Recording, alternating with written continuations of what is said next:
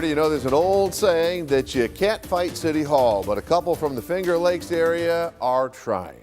They're waging a long-distance battle over a ticket they say they are not responsible for, and their refusal to pay has now cost them their car. They called 2 on Your Side's Dave McKinley for help.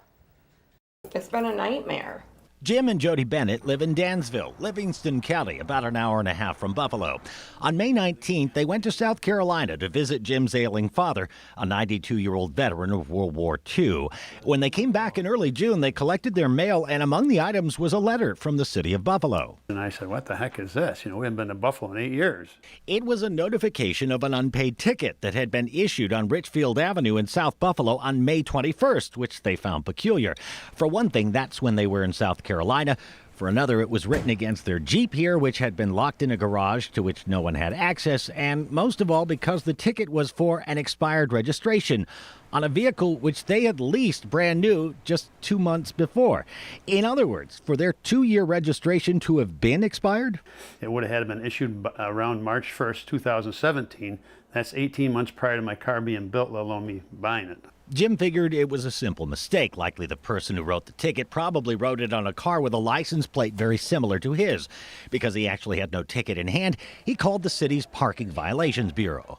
And I said, I want you to pull your ticket up and tell me on the hard copy the make, model, color of the car, okay?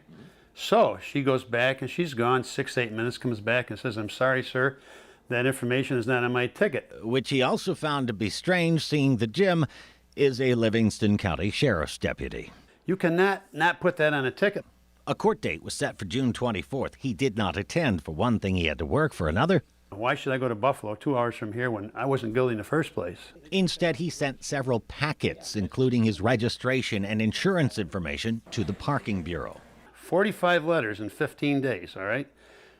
You think there would be one person there that would be smart enough to figure out that that registration didn't match that plate and there was nothing on this ticket? Heck no. Jim got a lawyer involved who eventually got a copy of the ticket, which did match his vehicle's make and license plate number. They took that off my registration.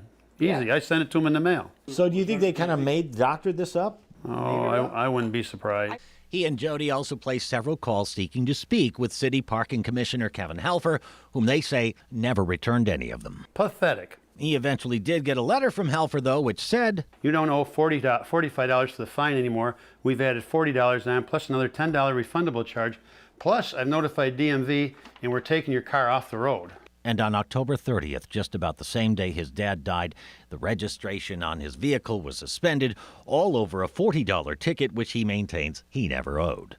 There might be people out there, people watching this, that might say, Jim and Jody, just pay the damn ticket. No, because when I'm wrong, I'll take my dues, and when I'm right, I'm not going to stop.